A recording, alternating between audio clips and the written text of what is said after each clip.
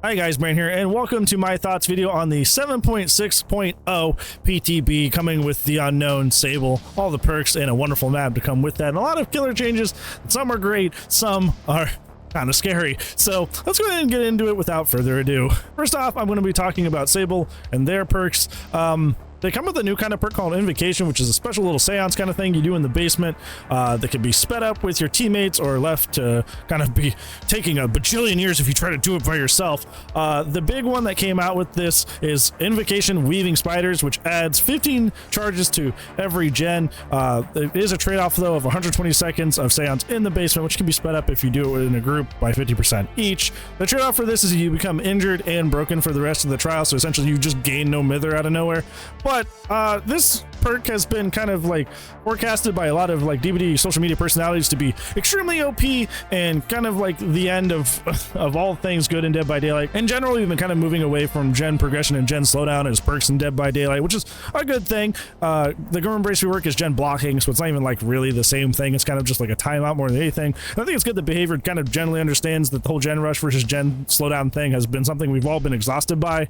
So a lot of people looked at this on the surface and got really scared about it. But after running this almost every single match for hours of gameplay, we got it to go off a few times and it did nothing. It literally like barely helped our matches at all. The only times I really see that this perk could actually be some sort of help is if you're in a 3-gen situation, like a true 3-gen situation where the killer's like back and forth patrolling between a very tight 3-gen. Suddenly adding 15 charges to that situation might be helpful. But even then, these charges aren't in any way invincible to the damage or slowdown of the killer, unlike like a BNP is. Not that we should look to BNP for any sort of balance related changes. But my point being that is like you have a lot of agency as killer to do something about this, even after the fact that it actually goes off and it doesn't serve in any way to actually win matches. Like I said, we got to go off quite a few times. Never really helped our matches in a significant way. All the matches I escaped against the unknown today are matches where this didn't go off. And matter of fact, the matches where we put this off, we all unanimously lost. So something's got to add up there in terms of wasting 2 minutes in the basement doing jack all nothing instead of just being on a gen in the first place. Which, you know, realistically, maybe this is the best place for this because, well, we would want another very oppressive strong gen perk. It is kind of sad though, because Invocation is kind of like a very cool and interesting idea that kind of walks alongside boons, and we haven't had something like boons in a really long time. So I want to see something from the Invocation school of thought that's actually like helpful and cool and awesome, and not this where it's kind of just like, well, this very odd niche specific situation, it might be helpful, but even then not really. Strength in the Shadows is probably the perk you will see the most use out of, and the one that's actually probably the winner out of all of our perks. Strength in the Shadows is that when you go down into the basement without a medkit, you're able to heal yourself at 60% speed. This, obviously, any sort of ability to heal yourself in Dead by Daylight is really strong, hence why medkits are still the strongest thing in Dead by Daylight, because the ability to heal yourself is just good. Taking 2 people off a gen to heal each other is just net time off a gen, which is really good. So any perk that takes you and gives you the ability to heal yourself is fairly good, unless it's at literally a 35% rate. Looking at you, Self-Care. But if you really think about it, this is not really like a super problematic perk, because you have to be in the basement to activate this. It's not like the Circle of Healing situation where you unlock the ability to heal, but like it was like placeable around the map, so you can place it in very convenient and central locations. No, you must always be in the basement to get value out of this, and obviously the basement is a very dangerous and an unsafe place to be, so the killer catches you there, obviously really bad. Not even adding up the travel time to run there, which may or may not be convenient based on where you are injured. This perk kind of balances itself out, and I don't think we need to worry about it on the killer side of things. Wicked is kind of like a toss-up, because like Wicked, they've already said they're completely changing the ability, so it feels kind of like weird to complain about it. But Wicked is an anti-mangled perk, which obviously they're nerfing mangled, and we'll get to that. So I don't know why they made a perk to counter mangled when they're nerfing mangled to not be as strong. It just kind of seems silly and redundant. And you also have to charge it by being in the basement, which is, imagine running this perk without the other basement perks. Like, why would you do this? It's just kind of very puzzling and weird perk.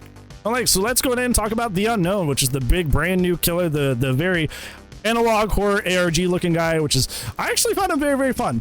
He was kind of hard to understand at first because of like, if you directly hit the survivor, it just hinders, but if you do it with the bubble, then it does weaken them and does injure them. Like, there was a lot of like weird hang-ups that you have to get used to when playing this character. Once you make the sense out of it, character's really, really fun. If you like pool, you like billiards, you like pinball, any sort of like analogy like that, you like games like that, this character's for you, because you can do some very, very cool and creative shots with this character that's really, really fun and really, really dynamic. And shots characters are just free clip material and always really, really hyped to play as. And learning riding that skill curve to get the maximum potential out of them, like, hey, maybe if I bounce this ball off this tree and back into the survivor, maybe I'll get a hit here. And it's also interesting to see how the survivors dodge this and be able to anticipate the weirdest, most awkward shots that one would usually not think possible. So when a survivor actually dodges me, I'm like, oh, wow, interesting. I didn't even expect you to do that. There is something to be said that a lot of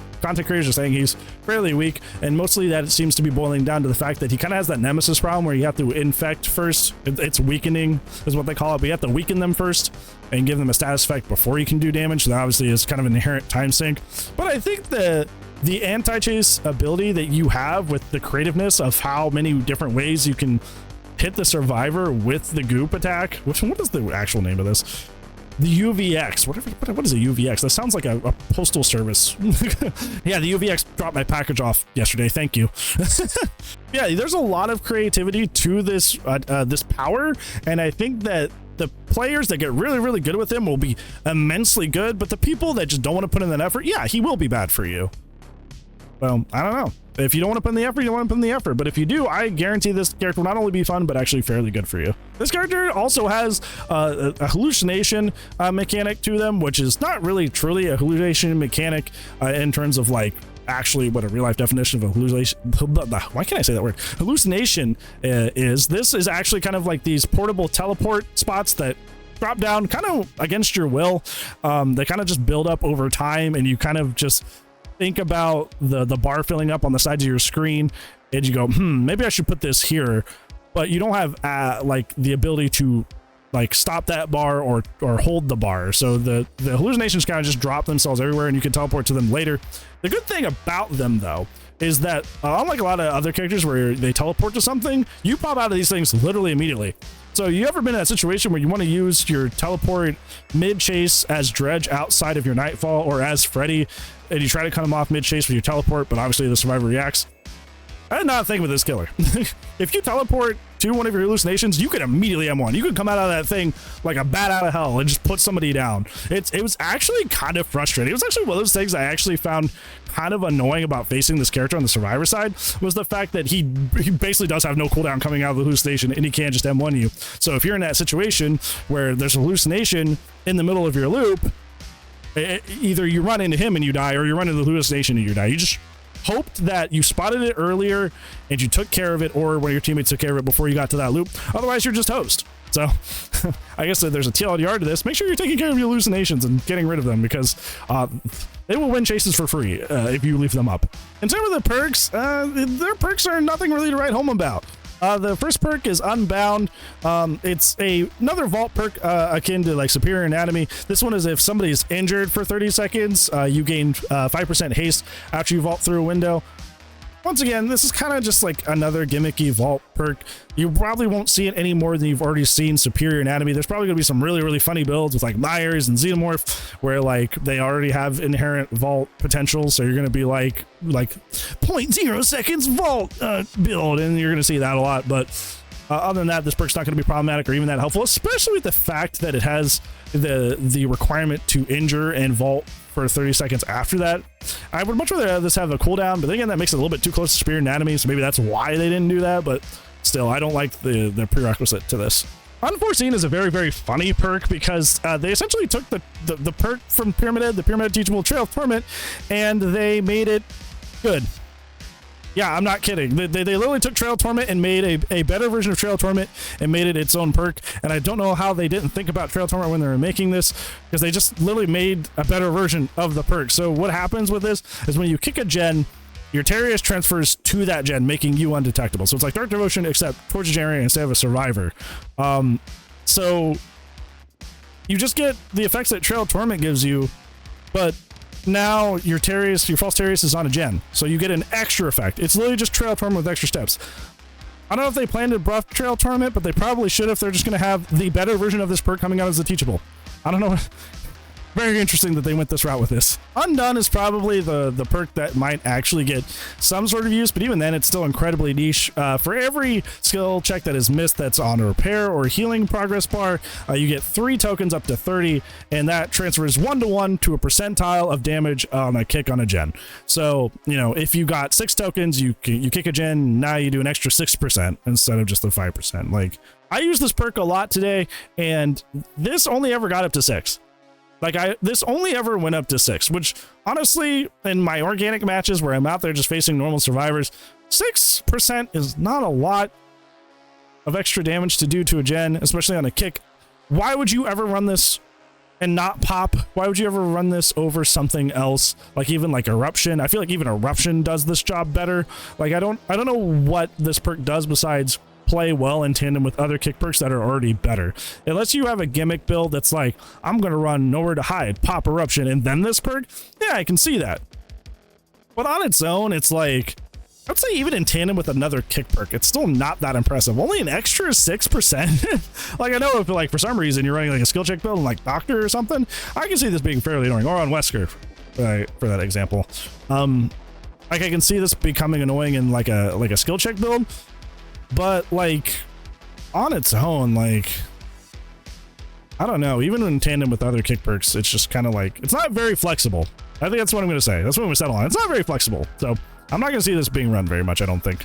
The new map of Greenville Square is incredibly beautiful. Matter of fact, Greenville Square aesthetically is probably one of my favorite maps in the game now in terms of aesthetics. Like right up there with Midwich. Midwich is my favorite aesthetic map in the game. But just like Midwich, in terms of gameplay, Greenville Square leaves a lot to desire. It's like a cool little like theater parking lot and like a little garden with like a nice little statue and stuff. It's a very beautiful map. It's like, it's in the dimly lit moonlight. Kind of reminds me of like old Macmillan back before they changed it to not Blue Macmillan. It just kind of encapsulates a very, very cool horror vibe. I made the joke when I first loaded into this map, by the way, that on the inside of the theater, it very much gives VHS vibes. I don't know if behavior like was kind of making a tongue-in-cheek joke about like stealing VHS vibe, but like there's an arcade, there's the counter. Like, if you played VHS, you'll notice a lot of the similar locales. Like, it's kind of funny. But either way, the map is extremely beautiful. The problem is that from a gameplay perspective, it kind of feels bad. It's definitely a killer-sided map, at least on the surface, in terms of like, you know, 24 hours after the fact, because every pallet on this map is weak.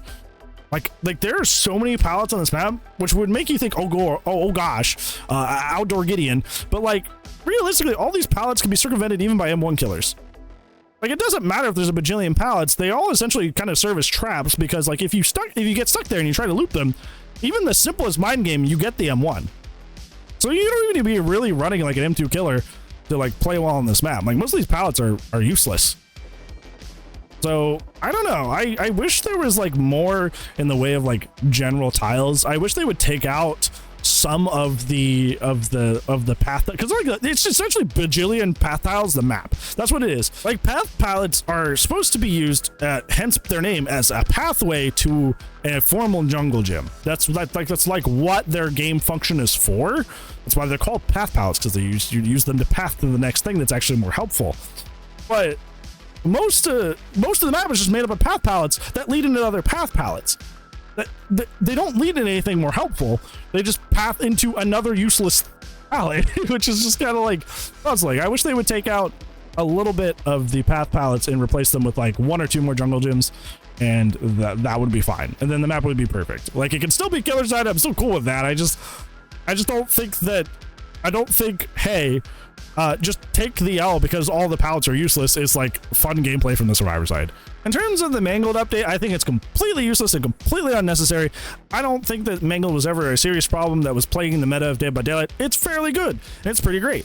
I would much rather face an anti-healing build than I ever would like a quad slowdown build any day of the week. So the fact that they're making the alternative to the force slowdown builds bad doesn't really make a whole lot of sense to me. If you don't No, now they're making mangled on a timer, so which is adversely affects a lot of add-ons as well, but also actually has inadvertently led to some good add-ons on some characters that didn't have them before, like Pyramid Head. Now you can run a mangled and hemorrhage add-on in Pyramid. Isn't that cool? Woo. And also Z-Block on Freddy, because they took away his add-on that did that, and now he has the Xenomorph Control Station Killer Instinct thing as an add-on, which is neat. But in terms of the actual mangled change, I think it's just kind of like completely unnecessary. I think that this status effect was fine and was not OP and was a good help, and obviously with Sloppy Butcher, which is the biggest practitioner of this kind of regression and slowdown to the match, it is a general perk that is available on every character. So you're kind of making the game more pay to win by nerfing the status effect in general. So I don't know why you did this behavior. I hope you just walk it back. I know you probably won't, which sucks, but like this is kind of an unnecessary change. I don't know why we adjust the mangled at all. There are a lot of killer changes that came through with this 7.6.0 update. A lot of them are small quality of life changes, like to Doctor, like to DeMorgan. I know it's called Demogorgon, so somebody types down in the comments. It's a joke. It's a funny. Don't freak out, okay? Yeah, a lot of these are very, very small quality of life changes. The only thing among those quality of life changes I'm really like worried about is like Clown with multiple like ear, pinky finger stuff. That's the only thing out of like the small quality of life changes I'm actually worried about. There's just a lot of small numbers buffs to characters and small adjustments to their add-ons for a lot of them. So I won't really be talking about those, or Hag for that matter, because like you can't wrestle me to play Hag if like, I don't know, you had my family hostage. I don't find Hag to be a good time, so I don't particularly like playing her. So whenever there's changes to Hags, I don't play them. I did hear from a seasoned Survivor main that having her teleport range be altered was not great, because one of the things they would do that was good to do against Hags in general was to trigger her trap from like the furthest distance to try and bait out a swing, and that was a good counterplay. But like now that's not as much a thing, so like I don't know. Once again, didn't test it because I couldn't be bothered to play or get interested in Hag, so that's up to you. You feel me on that. But I will be talking about Huntress and Pig, starting with Huntress, because these changes cannot go live.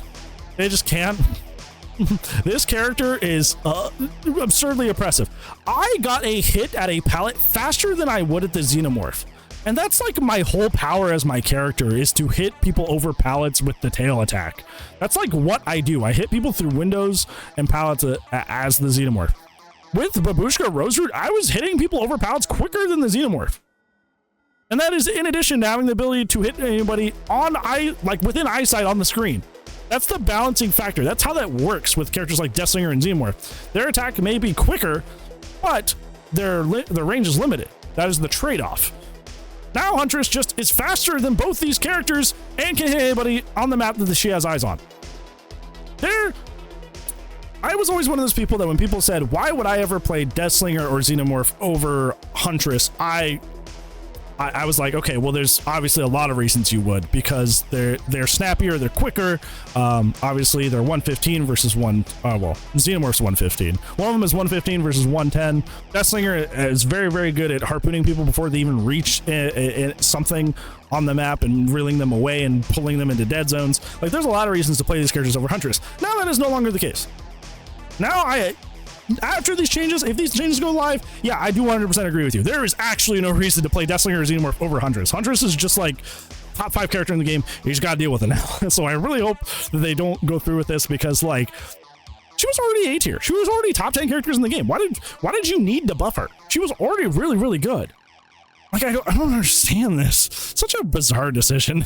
Pig, however, the Pig changes are not as bad as people made them out to be.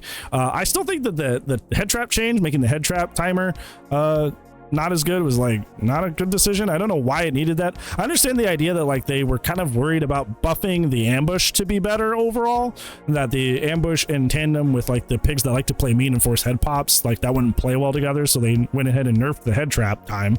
But in general, it was fine. I mean, I had somebody that came into chat fairly early in the stream and said Pig now just wins chases for free. And it was the biggest exaggeration I've ever seen in my life, because like I actually did go into a match as Pig and try to like dash almost every single loop. And there were not a whole lot of loops where I was like just suddenly getting a hit where I didn't before, just because I was playing Pig and had the new dash ability. The new dash ability did help, don't get me wrong. A lot of what would happen is I would get a hit that I wouldn't get before, but just barely at some of the weaker pallets that already weren't that great. Other situations, there would be a fairly safe pallet that I would do a dash on, but it would kind of zone them away from the loop, and then I would get the hit out in the dead zone, which didn't happen before. So it's still a buff that I appreciate. But to say that it was like outright, like, it was like winning every loop or whatever that person said, like, that is definitely an exaggeration. And I think you could definitely add the timer back to the way it used to be, because, like, I don't know, it's the quality, it's more of like a very, it feels like almost like a full rework because they changed the dash so much. Honestly, it's just kind of a big quality of life change to make that thing actually useful. So you can add the time back to what it was. But that is it. That was my feelings on the PTB for 7.6.0. What do you guys think about the unknown, the perks, the map, and the killer changes? Let me know down in the comments below. But that's going to be it for today's video, friends. Thank you so much for watching. I will see you tomorrow because I do upload daily. But if I do not, I will see you when I see you. Bye.